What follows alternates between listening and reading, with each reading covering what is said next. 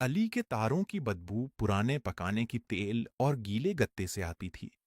एक पीली रोशनी पिछले दरवाजे पर झलक रही थी, जिसे कोई भी रात 9 बजे के बाद इस्तेमाल नहीं करता था। चूहे कूड़ेदान के पास दीवार के साथ हरकत कर रहे थे। एक प्लास्टिक की थैली धीरे धीरे जमीन पर तैर रही थी, और दूर कोने में एक कुचले हुए गत्ते के पीछे झुकी हुई एक लड़की कागज खा रही थी। उसने एक गीली रसीद के किनारे से एक छोटा सा टुकड़ा फाड़ा और अपनी जबान पर रख लिया। उसने धीरे धीरे चबाया। उसका जबड़ा एहतियात से और थके हुए रिधम में चल रहा था। उसकी बड़ी अंबर जैसी आंखें एक ही जगह पर जमी हुई थीं, अली के दरवाजे पर, हरकत की तलाश में, खतरे की तलाश में। उसने 3 हफ्तों में सीख लिया था कि खतरा इस सैयारे पर जल्दी आता है और बगैर पहले से बताए। उसका नाम साया था। वो वीरानी थी। वो एक ऐसी नस्ल से थीं जिसकी पतली टांगें और ग्रे कलर की जल्द थी, जिनकी कॉलोनियां दूर इतनी थीं कि इंसानों ने सिर्फ उन्हीं न्यूज फुटेज में देखा था। उसकी बड़ी चिपटी रुखसारें, उंगलियां इंसानी उंगलियों से थोड़ी लंबी, और एक पतला सा निशान जो कान से थोड़ी के चलती हुई उसके जबड़े के साथ साथ जाता था। जब वो तंदुरुस्त होती तो ये निशान गर्म और अंबर की तरह चमकता था। अभी ये ऑलमोस्ट अंधेरा था। वो कागज इसलिए नहीं था रही थी क्योंकि उसे पता नहीं चल रहा था। उसे पता था कि वो क्या कर रही है, और उसे पता था कि इससे कितना कम मिलेगा। अपनी दुनिया में वीरानी खनिज भरपूर छाल का गूदा, चंद प्रेस की हुई मिट्टी के मुरक्कबात और क्रिस्टलाइन डस्ट खाते थे, जिनकी बॉडी इसे एनर्जी में बदलने लगती थी। ये सब चीजें इस सड़क पर, इस शहर में, इस गीले और पेचीदा सैयारे पर नहीं थीं। कागज इनकी करीब तरीन मिसाल थी जो उसे मिली थी। इससे उसे बहुत कम मिल रहा था, लेकिन बहुत कम कुछ नहीं था, और उसने बेहतर की उम्मीद छोड़ दी थी। 3 हफ्तों पहले वो जमीन पर आई थी, और उसकी कॉलोनी के 11 दूसरे वीरानी भी उसके साथ थे। वो एक इमरजेंसी डिस्प्लेसमेंट कॉरिडोर से आई थीं, जिस तरह के कॉरिडोर उस वक्त खुलते थे जब कोई जगह रहने के काबिल ना रहे और कोई भी रस्मी तौर पर उन्हें मदद करने नहीं आता था।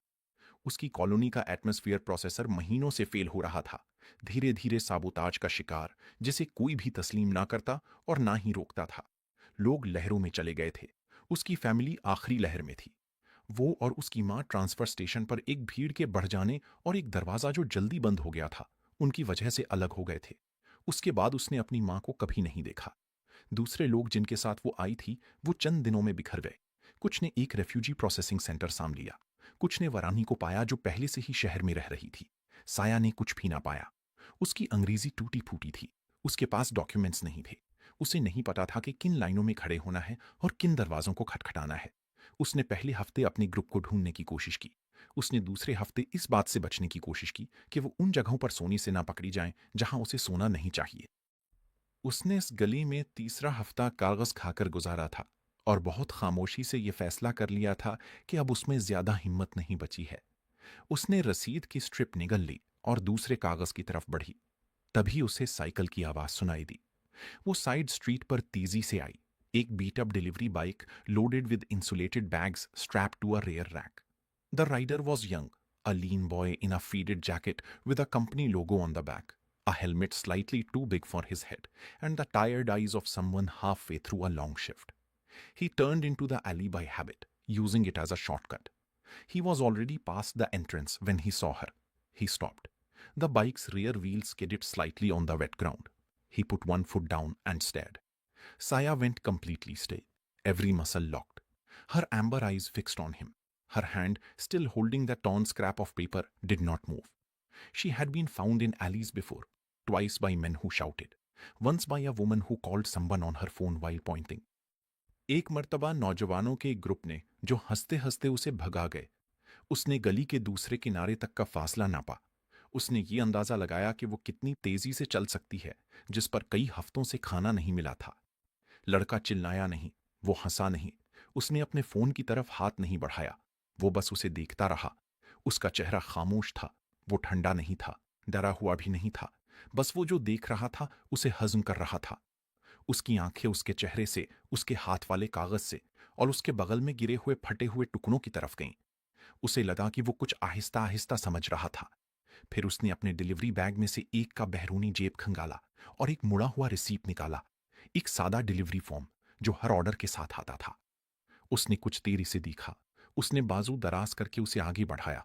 वो करीब नहीं गया, बस उसे अपनी तरफ बढ़ाया। उसका चेहरा मक्कार नहीं था, वो मुस्कुरा नहीं रहा था। वो उस वक्त आखिरी एक ही चीज कर सकता था, वो ये कि वो उसकी बात को महसूस करता रहे, बगैर ये एहसास दिलाए कि वो किसी जानवर की तरह है। साया ने रसीद को घूरा, फिर उसे घूरा। उसने एक सर झुकाया, फिर उसने रसीद को मोड़कर एली वॉल के पास एक साफ प्लास्टिक क्रेट के ऊपर धीरे से रख दिया, उसकी रीच में। वो वापस खड़ा हो गया। उसने उसे एक बार और देखा, ना रहम के साथ ना नफरत के साथ, बल्कि कुछ ऐसी चीज के साथ जो इन दोनों चीजों से कम थी। फिर वो अपनी बाइक पर वापस बैठा, हेलमेट को ठीक किया और एली से बाहर निकल गया अपनी बाकी डिलीवरीज पूरी करने। साया ने काफी देर तक इंतजार किया, जब तक बाइसिकल की आवाज गायब हो गई। फिर धीरे धीरे उसने अपना हाथ आगे बढ़ाया और क्रेट से रसीद उठा ली। उसने उसे खाया नहीं, बस उसे पकड़े रही। वो उस एली के दरवाजे की तरफ देखती रही जहां से वो चला गया। उसकी जॉ स्ट्राइप थोड़ी सी चमकी, बहुत हल्की सी, पहली बार कई दिनों में। उसे उसका नाम नहीं पता था। उसे ये नहीं पता था कि वो क्यों रुका था। उसे ये नहीं पता था कि वो कभी वापस आएगा कि नहीं। वो सर्द बैठी रही और कागज अपने हाथ में रखा, और पहली बार एक हफ्ते में उसे भरोसा नहीं था कि वो गायब होना चाहती है। उसका नाम रवि था। उसे नींद नहीं आई थी। अपनी शिफ्ट खत्म करने के बाद वो अपने छोटे से फ्लैट में अपने कमरे में अपने बेड के किनारे बैठा, अपना फोन अपने हाथ में रखा और खोजने की कोशिश करने लगा कि वो क्या खोज रहा है। Vairani diet, Vairani food, alien refugee food earth, what do Vairani eat. नताइज बिखरे हुए थे। कुछ साइंटिफिक पेपर्स जो वो पूरी तरह से नहीं समझ पाया था, एक रेफ्यूजी एड बुलेटिन जो 2 साल पहले की थी, एक छोटी सी डॉक्यूमेंट्री क्लिप जो एक वैरानी कम्युनिटी के बारे में थी जो किसी और मुल्क में भी। उसने हर चीज को 2 बार पढ़ा। उसने छोटे कागज की डायरी में नोट्स बनाए जो वो डिलीवरी एड्रेसेस के लिए इस्तेमाल करता था। रात की 2 बजे तक उसके पास एक मोटा खाका आ गया। वैरानी जिस्म को कुछ मादनी मुरक्कबात, रेशेदार पौधे की वो चीजें जिनमें सेल्यूलोज ज्यादा हो जो आहिस्ता पचें, और कुछ रेशेदार अनासिर चाहिए थी। कोई भी चीज अनोखी नहीं थी, वो बस खुसूसी थी। और वो बारिश से भीगी कली का कागज नहीं था। उसने अगले दिन दोपहर को शिफ्ट शुरू होने से पहले 3 दुकानों का दौरा किया। एक garden supply store for chalk dust and mineral supplement powder, एक craft store for plain rice paper, the kind used for art, thin and fibrous and free of ink, एक pet store for a reptile mineral supplement that matched 2 of the compounds on his list. उसने सब कुछ एक cardboard box में डाला, अपनी notebook में rough proportions लिखे दिमाग से, और बॉक्स को डिलीवरी बाइक पर बांधा। उसने अपने आप से कहा कि वो शायद इसे और बिगाड़ रहा है। उसने अपने आप से कहा कि वो शायद वहां है भी नहीं। उसने अपने आप को रवाना होने से पहले बहुत कुछ कहा, और कोई भी इसे मुरझाने नहीं दे पाया। वो वहां थी। वो वहीं कोने में बैठी थी, घुटने ऊपर उठाए हुए, और गली के दाखले को देख रही थी अपनी उन अंबर आंखों से जो रोशनी को जमा करती हैं जैसे जानवरों की आंखों की तरह। जब उसने उसे देखा तो वो फिर अकड़ गई, वही जकड़ी हुई स्थिति जैसे पिछली रात। लेकिन वो भागी नहीं। ये कुछ लगा। रवि ने गली के दाखले पर बाइक को रोका। उसने एक हाथ उठाया, हथेली खुली हुई, जैसे उसने नेचर के डॉक्यूमेंट्रीज में लोगों को इशारा करते हुए देखा था जब वो किसी चीज को डराना नहीं चाहते थे। वो साइकिल धीरे धीरे लाया। वो थोड़ी दूर खड़ा हुआ, ज्यादा करीब नहीं, और कार्टन का डब्बा जमीन पर रख दिया। उसे खोला। उसने एक एक करके चीजें निकाली और उन्हें एक लाइन में रखा। चावल का कागज, सीलपन सैंडविच बैग में चौक का पाउडर, मिनरल पाउडर एक छोटी सी शीशी में। उसने अपनी किताब खोली और उसकी तरफ बढ़ाई, उन बातों पर इशारा करते हुए जो उसने लिखी थी, जैसे कि वो अंधेरे में उसकी खुशखती पढ़ सकती थी, जो कि ऑब्वियसली नहीं पढ़ सकती थी। उसे अजीब सा लगा। उसने किताब रख दी। उसने चावल का कागज उसकी तरफ बढ़ाया। उसने मिनरल पाउडर की शीशी धीरे से पकड़ी ताकि वो अंदर देख सके। उसने छिड़कने का इशारा किया। उसने चावल के कागज की तरफ इशारा किया। उसने एक ऐसा रुख बनाया जो वो चाहता था कि समझे कि मैंने कोशिश की। मुझे नहीं पता कि ये सही है, प्लीज मत डरो। साया ने कुछ देर तक चीजों को बड़े गौर से देखा। वो झुककर मिनरल पाउडर सूंघती है। उसके चेहरे पर कुछ बदलता है। मुस्कुराहट नहीं, पर एक तनाव में बदलाव, जैसे किसी गिरह में 1 डिग्री का ढीलापन। वो उससे जोड़ी का कागज हजमा करती है, उसका किनारा मिनरल पाउडर में डुबोती है। वो धीरे धीरे खाती है। उसकी आंखें 1 सेकंड के लिए बंद हो जाती हैं। ये सही खाना नहीं है, पर ये सही खाने से काफी करीब है जो उसने हफ्तों में खाया था, और उसके जिस्म को ये फौरन पता चल गया। रवि एक लंबा सांस लेता है, जो वो अपने अपार्टमेंट से निकलते हुए पकड़े हुए था। वो अपना फोन निकालता है और वो ट्रांसलेशन ऐप खोलता है जिसके बारे में डॉक्टर प्रिया, जो कम्युनिटी सेंटर में है, उन्होंने बताया था। उन्होंने इसके बारे में पूछा था। ये ऐप अच्छी नहीं है। वरानी लैंग्वेज मॉड्यूल को एक दाता ने जोड़ा था और ये सिर्फ 60% तक सही है। ऐप के अपने बयान के अनुसार, जो रवि को ईमानदार तो लगा पर पूरी तरह आश्वस्त नहीं किया। वो टाइप करता है, तुम्हारा नाम क्या है? ऐप एक लाउडस्पीकर के माध्यम से विरानी भाषा की एक श्रृंखला निकालती है। ये ऐसा लगता है जैसे कोई बारीक पाइप के अंदर से हवा गुजरती हो। साया ने फोन की तरफ देखा। उसने उसकी तरफ देखा। उसने कुछ कहा। ऐप ने उसे तर्जुमा किया, कॉल्ड आई साया, एक्यूरेसी अनसर्टन। रवि ने अपनी तरफ इशारा किया। उसने अपने नाम को आहिस्ता से बोला। उसने उसे दोहराया। वो थोड़ा सा मुख्तलिफ था। हर्फ साकिन बदल गए, मत समात खींच गईं, लेकिन ये इतना करीब था कि वो उसे पहचान गया और ये देखकर वो मुस्कुराया। एक असली मुस्कुराहट, ना पोलाइट ना फोर्स्ड। उसने फिर लिखा, मैं खाना लाऊंगा, रोजाना। क्या ये ठीक है? ऐप ने काम किया। तर्जुमा स्पीकर से निकला। साया ने सुना। वो एक लम्हे खामोश रही। फिर उसने फोन की स्क्रीन पर एहतियात से कुछ लिखा। उसने वैरानी इनपुट कीबोर्ड का इस्तेमाल किया जो उसे ऐप में मिला। उसने वापस दे दिया। तर्जुमा पढ़ा गया। तुम चाहते हो मुझसे कोई चीज? कौन सी चीज? उसने उसे 2 बार पढ़ा। उसने जवाब के बारे में सोचा। उसने लिखा, कुछ नहीं, मैं बस चलकर नहीं जा सकता था। ऐप ने तर्जुमा किया। वो स्क्रीन की तरफ देखती रही। उसने उसकी तरफ देखा। उसकी इसके अभी तक गर्मजोशी नहीं थी। वो एहतियात से देख रही थी, जांच पड़ताल कर रही थी। अंबर आंखें उसके चेहरे पर चल रही थीं, जैसे कोई एक ऐसा दस्तावेज पढ़ रहा हो जिसके बारे में वो मुतमईन नहीं है। उसने आली की तरफ इशारा किया, अपने अपार्टमेंट बिल्डिंग की तरफ जो 2 सड़कें आगी थीं। उसने फोन उठाया और लिखा, खुश्क जगह, महफूज, सीढ़ी, आप वहां सो सकते हैं। उसने पढ़ा। उसने बहुत देर तक कोई जवाब नहीं दिया। फिर उसने राइस पेपर दोबारा उठाया, इसे ध्यान से मिनरल पाउडर में डुबोया और खा गई। वो अभी मान नहीं रही थी। वो रद्द भी नहीं कर रही थी। वो सोच रही थी और खा रही थी, और अभी के लिए यही काफी था। रवि सर्द आली के फर्श पर बैठा था, अपने डिलीवरी बैग्स अपने पीछे रखे, और इंतजार करता रहा। और शहर ने अपनी मामूली शोर शराबा किया ऊपर, लापरवाह शोर करता हुआ, और बिल्कुल अनजाने की एक छोटी और अहम चीज अभी शुरू हुई है। सीढ़ियां रवि की बिल्डिंग के निचले फ्लोर पर थीं, एंट्रेंस डोर और स्टोरेज रूम के बीच में, जिसे लैंडलॉर्ड ने 2 साल पहले ताला खोलना इसलिए छोड़ दिया था क्योंकि ताला टूट गया था और उसने कभी नया नहीं बदला था। ये खुश्क था। इसमें एक सिंगल जलता हुआ बल्ब था। इसमें पुराने पेंट और समवंस कुकिंग की बदबू आती थी। साया ने तीसरी रात को शिफ्ट किया। उसके पास कुछ नहीं था, क्योंकि उसके पास कुछ नहीं था। रवि ने नीचे वाली सीढ़ी पर एक कंबल तह करके रख दिया और कुछ नहीं कहा। सुबह तक वो वहीं था, फोल्ड किया हुआ एग्जैक्टली जैसे उसने रखा था। दूसरी सुबह वो थोड़ा अलग था। फोल्ड तो वैसे ही था पर मूव कर दिया था कुछ इंचेस। तीसरी सुबह वो सीढ़ी से चला गया था और वो दीवार के साथ बैठी हुई थी, राइस पेपर के साथ मिनरल पाउडर खा रही थी, जिसे उसने एक छोटी सी किट में ऑर्गेनाइज करके एक प्लास्टिक कंटेनर में रखा था। उसने इसके बारे में भी कुछ नहीं कहा। बस वो और सप्लाईज लाया और काम पर चला गया। रवि को अब यह समस्या थी कि राइस पेपर और चॉक पाउडर से काम नहीं चलेगा। वो जानता था। उसने अब तक जितना पढ़ा था उससे उसे समझ आ गया था कि साया को ऐसे स्पेसिफिक कंपाउंड्स चाहिए थे जो उसका शरीर खुद नहीं बना सकता। ये चीजें उसके वतन की मिट्टी में थीं, जिन्हें उसके खाने में हमेशा नेचुरली होते थे।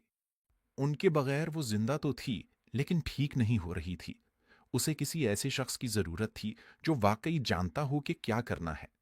उसने इस क्लिनिक के बारे में एक औरत से सुना था, जो अपनी डिलीवरी के रूट्स पर एक ऐसी बूढ़ी कस्टमर से मिली थी जो रेफ्यूजी सर्विसेज के साथ वॉलंटियर काम करती थी, और एक पैकेज साइन करते वक्त उसने ये बात बताई थी। उस वक्त उसने ज्यादा ध्यान नहीं दिया था, लेकिन अब उसने उसे ढूंढा। ये एक छोटा सा कारोबार था जो एक कम्युनिटी सेंटर के साथ शहर की ईस्ट साइड के करीब था, काफी हद तक वॉलंटियर्स के जरिए, और सिर्फ एक स्टाफ डॉक्टर, डॉक्टर प्रिया के जरिए, जिन्होंने 4 साल नॉन ह्यूमन रेफ्यूजी कम्युनिटीज के साथ काम किया था, इससे पहले कि वो इस शहर वापस आईं। रवि ने एक ट्यूसडे को वहां पहुंचा जब उसकी पूरी शिफ्ट खत्म हो चुकी थी। वो अपने ही काम की जैकेट पहने हुए था। वो पसीने से भरा हुआ था और उसकी टांगों में दर्द हो रहा था। वो अंदर गया और फ्रंट डेस्क पर डॉक्टर प्रिया को पूछा। उसे बताया गया कि वो मसरूफ है। वो बैठ गया और 40 मिनट का इंतजार किया। जब वो बाहर आई तो वो 50 की दहाई की एक छोटी सी महिला थी, जिनके सर पर पड़ने वाला चश्मा था और चेहरे पर ऐसे भाव थे जैसे उसने हर तरह की समस्या सुनी हो और जल्दी से तेजी से जांच करना सीख लिया हो। उसने साया के बारे में उसे 4 मिनट में बताया। गली, पेपर, सीढ़ियां, राइस पेपर और mineral kit, translation app, amber eyes और डार्क जॉ स्ट्राइप। उसने बताया साया के पास कोई दस्तावेज नहीं है, कोई इनटेक रजिस्ट्रेशन नहीं, कोई आधिकारिक संस्था से संबंध नहीं। डॉक्टर प्रिया ने सुना बिना रोके। जब उसने बता दिया तो उसने कहा, हमारे पास इनटेक प्रक्रियाएं इसीलिए होती हैं। उसने कहा, मैं जानता हूं। उसने कहा, अनडॉक्यूमेंटेड केसेस से जटिलताएं पैदा होती हैं। उसने कहा, मैं जानता हूं। रुकाव आया। उसने उसकी ओर ग्लासेस के ऊपर से देखा। उसने कहा, शुक्रवार शाम, पिछला दरवाजा, 7 बजे, ले आओ। उसने कहा, धन्यवाद। उसने कहा, धन्यवाद नहीं, बस ये सुनिश्चित करना कि वो कुछ खाकर आए। मुझे उसका स्तर जांचना है, उसका फ्लोर नहीं।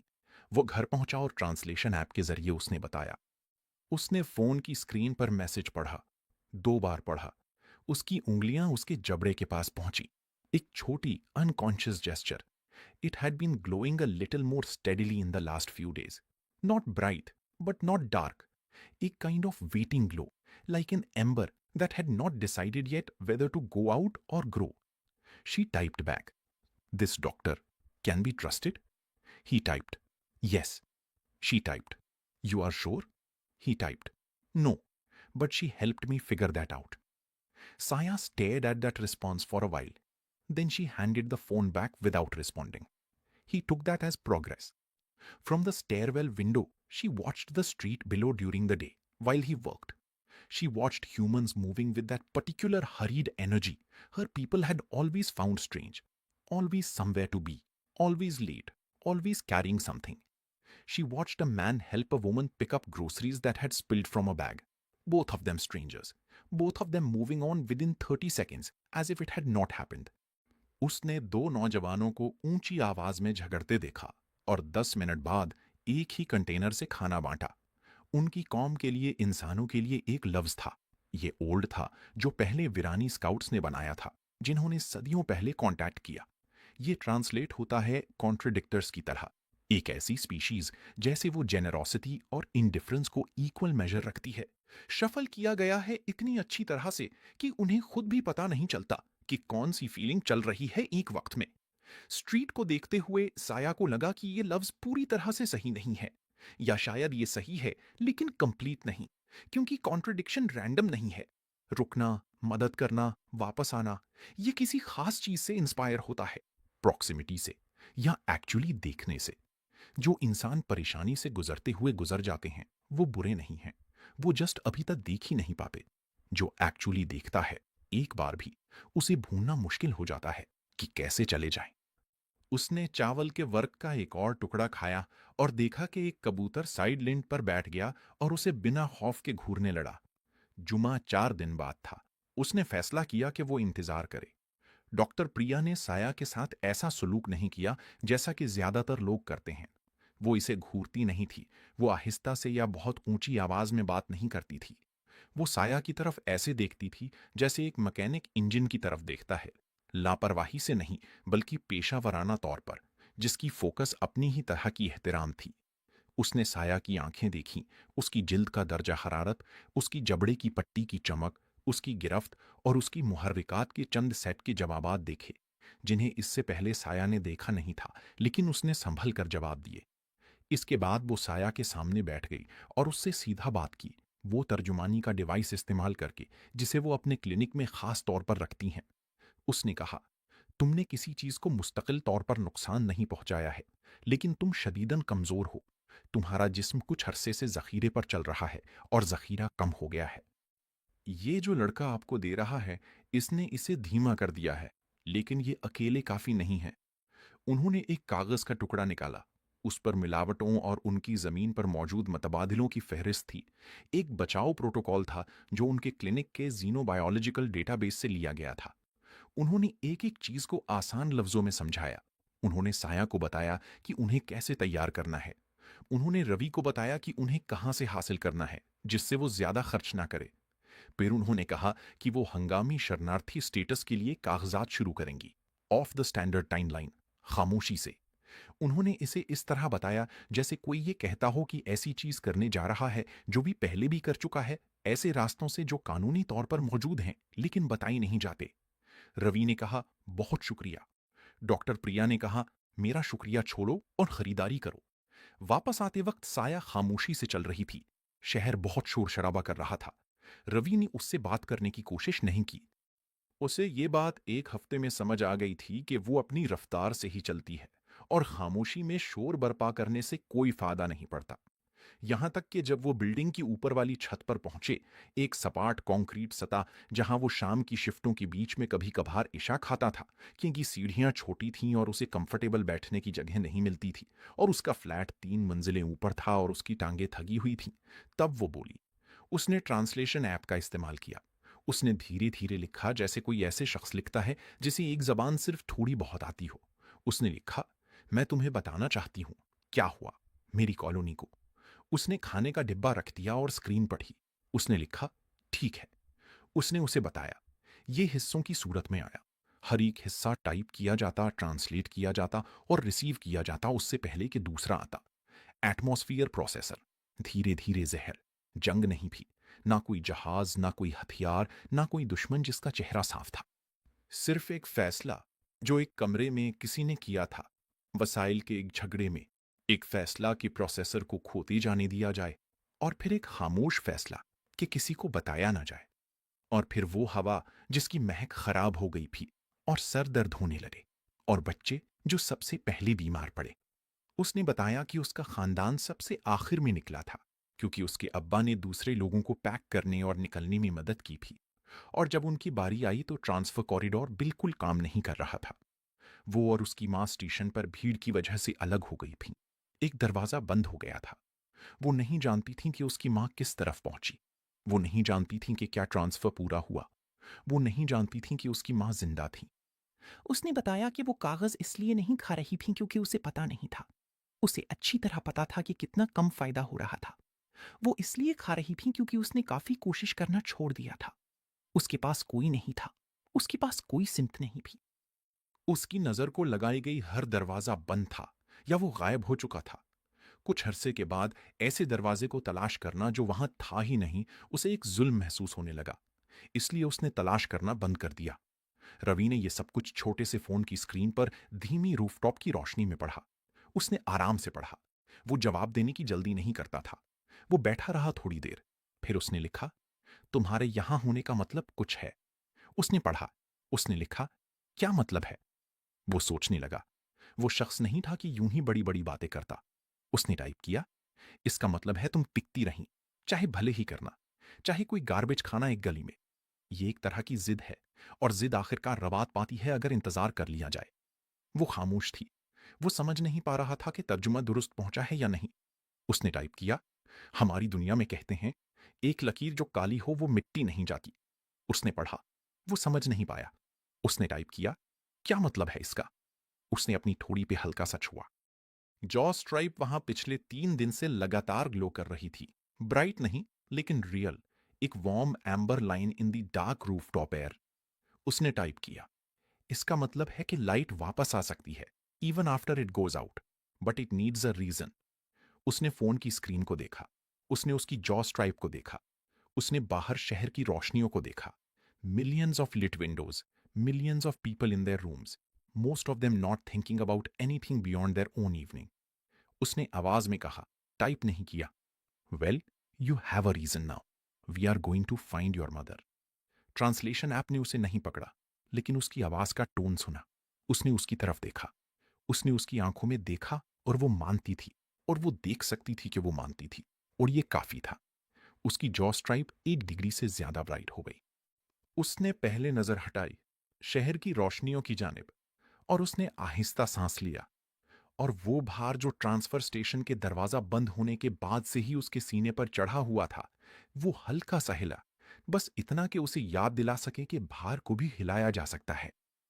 सबसे पहले डॉक्टर प्रिया ने emergency refugee paper work file करने के बाद साया की प्रोफाइल को एक डेटाबेस में डाला।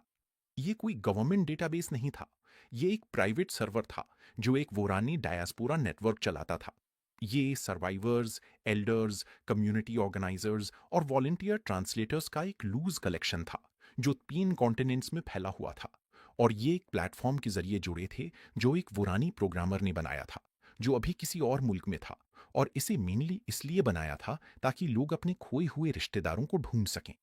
ये ऑफिशियल नहीं था, इसे फंडिंग भी नहीं मिलती थी। ये डोनेटेड सर्वर स्पेस और 40 के करीब लोगों की जिद पर चलता था जो रिकॉर्ड्स को गायब हो जाने से नहीं रोक पाए थे। डॉक्टर प्रिया पिछले 2 साल से उसमें प्रोफाइल्स ऐड कर रही थीं। रवि को उस डेटाबेस के बारे में 3 दिन बाद पता चला जब डॉक्टर प्रिया ने उसे क्लिनिक विजिट के बाद कॉल किया और वो उस टाइम एक डिलीवरी कर रहा था। उसने कॉल सड़क के किनारे लिया और अपनी बाइक एक लैंप पोस्ट पर लगा दी थी। उसने कहा, साया की प्रोफाइल पर किसी ने जवाब दिया है। उसने कहा, क्या? उसने कहा, एक वैरानी कम्युनिटी के बड़े बुजुर्ग हैं जो बाहर रहते हैं। उन्होंने साया की खास कॉलोनी के बचे हुए लोगों की फहरिस्त बनाई है। वो पिछले 1 साल से रास्ता भटके हुए लोगों को तलाश कर रहे हैं। रवि का हाथ फोन पर सख्त हो गया। उसने कहा, और? उसने कहा, उसकी मां का नाम फहरिस्त में है। वो जिंदा है। वो 2 मुल्कों की दूरी पर रेफ्यूजी प्रोसेसिंग कैंप में है। वो 6 हफ्ते पहले वहां पहुंची थी। वो उस रोड के साइड पर एक लम्हे के लिए बिना बोले खड़े रहे। एक कार गुजर गई। किसी ने फजूल में हॉर्न दिया। शहर अपना काम करता रहा जैसे शहर करते हैं। उसने कहा, अच्छा, हमें क्या करना है? उस सवाल का जवाब बहुत लंबा निकला। डॉक्टर प्रिया ने उन्हें एक ह्यूमन राइट्स पैरालीगल से मिलाया जिनका नाम देवी था, जो 3 दिन में अपने वक्त के लिए कम्युनिटी सेंटर में वॉलंटियर करते थे। देवी छोटी और तेज बोलने वाली थीं और वो कैनवस के बैग में फोल्डर्स भरकर हर जगह जाती थीं। वो रवि सामने की मेज पर बैठी थी और कम्युनिटी सेंटर में प्रोसेस को ऐसे समझा रही थी जैसे कोई एक दिलचस्प लेकिन बहुत पेचीदा बोर्ड गेम की तालीम दे रहा हो, संजीदा लेकिन माहमवार। उसमें फॉर्म्स जमा करने थे। उसमें कुछ फॉर्म्स थे जो सही थे, कुछ गलत थे, और कुछ वो थे जो ऐसी लगती थीं जो सही हैं, लेकिन अगर सबमिट गलत हो जाएं तो साया को गलत प्रोसेसिंग क्यू में 6 महीने के लिए डाल सकती थीं। उसमें डेडलाइंस थीं। उसमें ऑफिशियल डेडलाइंस थीं और रियल डेडलाइंस थीं जो डिफरेंट थीं। उसे ऑफिसेज में कॉल्स भी करने थीं स्पेसिफिक वक्त पर, क्योंकि कुछ स्टाफ मेंबर्स ज्यादा फ्लेक्सिबल थे और कुछ कम, और वो ओवरटाइम सीख जाएंगी। रवि सब सुन रहा था। उसने सवालात पूछे। उसने वो चीजें लिख लीं जो अपने डिलीवरी एड्रेसेस के लिए यूज करता था। बैक पेजेस में नाम और फॉर्म नंबर्स और फोन एक्सटेंशंस भर लिए। वो ना लॉयर था ना सोशल वर्कर। वो एक डिलीवरी बॉय था जिसके पास नोटबुक और फोन था और हफ्ते में 2 दिन की छुट्टी थी। लेकिन वो हर हफ्ते कम्युनिटी सेंटर पर वहां होता और वो कॉल्स करता, होल्ड पर रहता और दीवी के कहने पर फॉर्म्स भरता और उन्हें रीफाइल करता। उसे पता चलता कि कौन सा दफ्तर फोन कॉल्स के बजाय लिखित तौर पर वसूल करने की फेहरिस्तें भेजता है। उसे पता चलता कि साया के फाइल के साथ डायास्पोरा एल्डर की सर्टिफिकेशन लेटर लगाने से उसका केस एक दूसरी कैटेगरी में चला जाता है जिसकी क्यू छोटी होती है। उसे कई चीजें पता चलती हैं जिनके लिए सीखने की जरूरत नहीं थी, फिर भी वो सीखता। साया इस सबको दूर से देखती। रवि की शाम की रिपोर्ट्स, फोन की स्क्रीन और वो कागज जो कभी कभी घर लाता और उसे देखने के लिए सीढ़ी पर रख देता। वो जो कुछ मिलता उसे पढ़ने की कोशिश करती। उसकी अंग्रेजी बेहतर हो रही थी। डॉक्टर प्रिया ने जो प्रोटोकॉल दिया था वो काम कर रहा था। उसका जिस्म संभल रहा था। उसकी ठोड़ी का निशान चमकदार और संतुलित हो गया था। उसकी हाथ वैसे नहीं कांपती जैसे पहले कांपती थी। उसने बहुत सोचा कि वो क्या देख रही है। उसकी दुनिया में वरानी ब्यूरोक्रेसी सुस्त थी लेकिन स्ट्रेट फॉरवर्ड थी। आप एक चीज फाइल करते थे, वो एक सही चैनल के जरिए आगे बढ़ती थी और वो सही जगह पर पहुंचती थी। वो बोरिंग और रिलायबल थी। ह्यूमन ब्यूरोक्रेसी इनमें से कोई भी नहीं थी। ये एक ऐसा मेज था जो सैकड़ों लोगों ने सैकड़ों सालों में बनाया था। हर शख्स ने एक दीवार या दरवाजा बनाया जिसकी वजह सैकड़ों साल पहले उसके दिमाग में थी, और वो वजहें सही थीं। और नतीजा ये निकला कि ये एक ऐसा स्ट्रक्चर था जो एक साथ जुड़कर कोई मतलब नहीं बनाता था, लेकिन कुछ लोग इसे पूरी तरह जानते थे और ऐसे चलते थे जैसे अपने ही इलाके की तरह एक शॉर्टकट हो। वो लोग Devi, doctor Priya, the elder abroad, the volunteer programmer, the staff member who answered calls on Tuesday mornings, वो पावरफुल नहीं थे जो बाहर से दिखते थे। उनके पास अथॉरिटी नहीं थी। उनके पास नॉलेज और स्टबननेस और एक बहुत डिटेल्ड अंडरस्टैंडिंग थी कि दीवारें कहाँ कहाँ कमजोर हैं। उन्हें लगा था कि इंसान कॉन्ट्राडिक्टर्स हैं। वो इसे इरादा कर रही थी। वो कुछ और ज्यादा खास थे।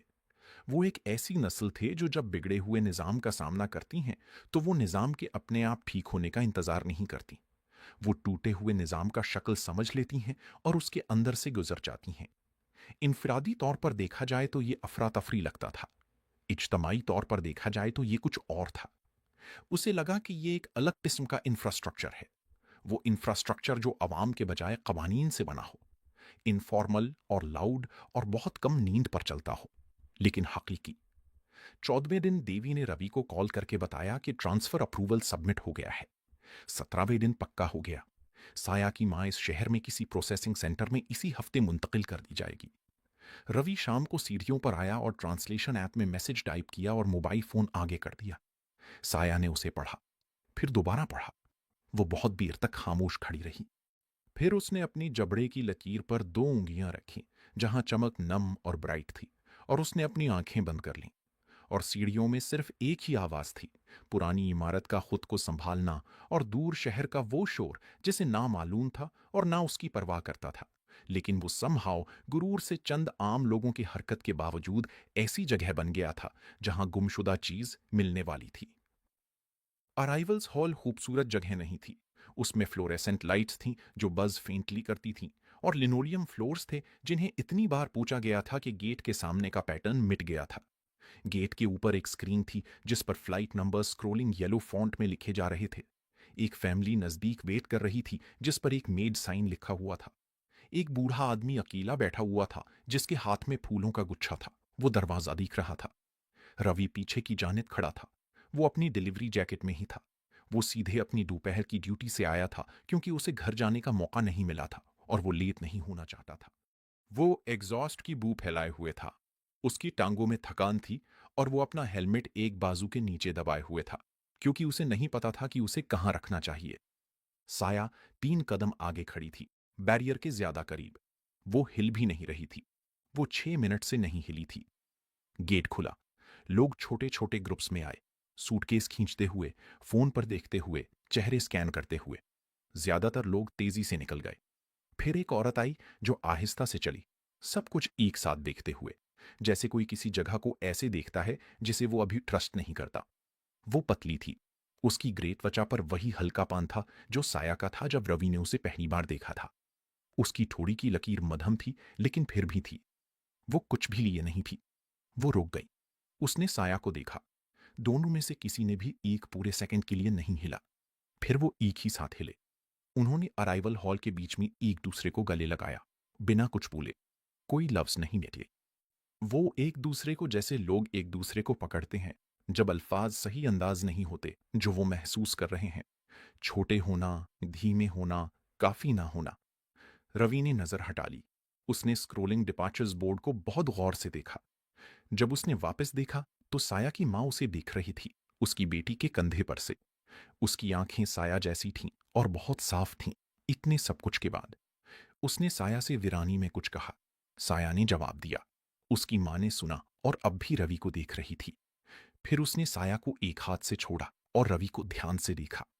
उसने उसे वैसे ही देखा जैसे साया ने उसे पहली गली में देखा था, संभल कर, पूरी तरह, उसके चेहरे से भी ज्यादा। वो खड़ा रहा और रवि ने उसे देखने दिया। उसे नहीं पता था कि क्या करना चाहिए, इसलिए वो वहीं खड़ा रहा, हेलमेट कंधे के नीचे, थका हुआ, पसीने से लथपथ और हाजिर। साया की मां ने 2 उंगलियां अपने जबड़े पर रखीं, जहां उसकी धारी धीमी थी लेकिन जिंदा थी, और धीरे से दबाया। वो एक छोटा सा जेस्चर था, डिलिब्रेट। उसने कुछ देर तक उसे पकड़ा और फिर अपना हाथ नीचे कर लिया। रवि ने साया की ओर देखा। उसने सवाल पूछते हुए उसी जेस्चर को दोहराया। इसका क्या मतलब है? साया ने अपनी मां की ओर देखा। उनके बीच में कुछ गुजरा। फिर साया ने अपना फोन निकाला और कुछ लिखा। उसने स्क्रीन उनकी तरफ कर दी। इसका मतलब है, मैं तुम्हारे अंदर रोशनी देखती हूं। उसने उसे पढ़ा। उसने साया की मां की ओर देखा जो अभी भी उसे उन्हीं साफ एम्बर आंखों से देख रही थी। वो उनके वजन के साथ क्या करे, इसलिए उसने एक छोटा सा सर हिलाया। उसने भी एक छोटा सा सर हिलाया। वो काफी था। वो एक आराम से चलती हुई वापस आ गई। साया की मां को 2 बार रुकना पड़ा। उनका जिस्म अभी भी कमजोर था। वो अपने पैर अभी भी जमा रही थीं, कई हफ्तों की मेहनत के बाद। हर बार जब वो रुकी, साया ने उन्हें बिना किसी बात के सहारा दिया और वो लोग आगे बढ़ गई। उस रात रवि ऊपर छत पर अकेले चला गया, ये देखकर कि वो दोनों अपनी जगहों पर सेटल हो गए हैं। डॉक्टर प्रिया ने अगले दिन के लिए कम्युनिटी सेंटर के टेम्पररी हाउसिंग यूनिट में एक सही कमरा का प्रबंध कर दिया था, लेकिन एक रात के लिए स्टेयरवेल में दो नहीं बल्कि एक ही थी। वो कंक्रीट पर अपने खाने के डब्बे के साथ बैठ गया और शहर की तरफ देखने लगा। कुछ देर बाद उसे छत की सीढ़ियों पर फुटस्टेप्स सुनाई दिए। साया आकर उसके बगल में बैठ गई, इतनी करीब नहीं कि कोने लगे, बस मौजूद थी। उसने उसे अपने खाने का कुछ हिस्सा दिया। उसने सर हिला दिया। वो न्यूट्रिशन किट से खाना पूरा खा चुकी थी। वो कुछ देर चुपचाप बैठी रहीं। शहर नीचे गुनगुना रहा था, जैसे वो हमेशा करता था। फिर साया ने फोन उठाया और काफी देर तक लिखा। उसने उसे थमा दिया। तर्जुमा पढ़ा गया। जब मैं गली में थी तो मैं ये सोचती थी कि मेरी भाषा में आपके लोगों को मुखालिफ क्यों कहा जाता था। हमने इसलिए ये लफ्ज इस्तेमाल किया क्योंकि तुम सादगी और गैर जानबदारी को इक्वल मैयर लेकर चलते थे, और कोई नहीं जानता था कि कौन सी चीज सामने आएगी। हमें लगा कि ये एक खराबी है, जैसे किसी निजाम में गलती हो। उसने पढ़ा और पढ़ता रहा। वो और लिखती गई। मेरे आलम में पट्टी का डार्क हो जाना खुद को जाके देखना होता है। मेरी पट्टी ऑलमोस्ट कंप्लीटली डार्क थी जब आपने मुझे पाया। खाने की वजह से नहीं, बल्कि क्योंकि मैंने कयाम करने का फैसला करना बंद कर दिया था। आपने मुझे राइस पेपर और मिनरल पाउडर और एक बुरी ट्रांसलेशन ऐप और एक सूखी सीधी दी। ये बातें बड़ी नहीं हैं, लेकिन ये पहली बार था हफ्तों में जब किसी ने मुझको सीधा देखा और नजर नहीं हटाई। ये चीज है जिसने मेरी वापसी की, खाने ने नहीं, देखने ने। उसने फिर से पढ़ा। उसने उसकी जबड़े की पट्टी को देखा जो कामिल तौर पर ग्लो कर रही थी, अंधेरे में एक वॉर मेंबर लाइन। उसने एक और चीज लिखी। मैं समझ गया कि ये तजाद क्यों है। आपके लोग सादगी और गैर जानिबदारी को इक्वली नहीं लेकर चलते। आप दोनों साथ रखते हैं, लेकिन फर्क ना होना डिफॉल्ट है और मेहरबानी चुनाव है। ज्यादातर चुनाव नहीं किया जाता, लेकिन जब किया जाता है तो मुकम्मल तौर पर किया जाता है। राइस पेपर और नोटबुक्स और फोन कॉल्स ऑन होल्ड और showing up in a delivery jacket to an airport क्योंकि घर जाने के लिए वक्त नहीं था। वो इसके साथ काफी देर तक बैठा। फिर उसने टाइप किया स्लोली, एक लाइन, या वेल, समवन हैड टू। उसने पढ़ा, और पहली बार जब वो पहली गली में गए थे, जब वो डार्क स्टेयरवेल में थे, जब वो बुरा ट्रांसलेशन ऐप था, जब वो रूफटॉप था, जब वो अराइवल्स हॉल था, साया मुस्कुराई। वो एक बड़ी मुस्कुराहट नहीं थी। वो इस तरह की थी जो बिना चुने आ जाती है। ये बताती है कि कुछ असली लैंड किया। उसने शहर की लाइटों को देखा। उसने शहर की लाइटों को देखा। रात सर्द थी, आम थी, और बिल्कुल वैसी ही थी जैसी उसे होना चाहिए था। इनके नीचे शहर चलता रहा, बेपरवाह और जिंदा और लोगों से भरा हुआ, जिन्हें शायद रुकना हो या ना रुकना हो। और एक बिल्डिंग 2 स्ट्रीट्स आगे एक औरत की मध्यम ठोड़ी की धारी चैन से सांस ले रही थी, कई हफ्तों के बाद। और एक छत पर, जहां पुराने पेंट और किसी के खाने की बू आ रही थी, एक डिलीवरी बॉय और एक वीरानी गर्ल खामोशी से बैठे थे और एक ऐसे शहर को देख रहे थे जिसे नहीं पता था कि उसने क्या किया था। और वो दोनों खुश थे, खामोशी से और मुकम्मल तौर पर, कि उसने फिर भी ऐसा किया।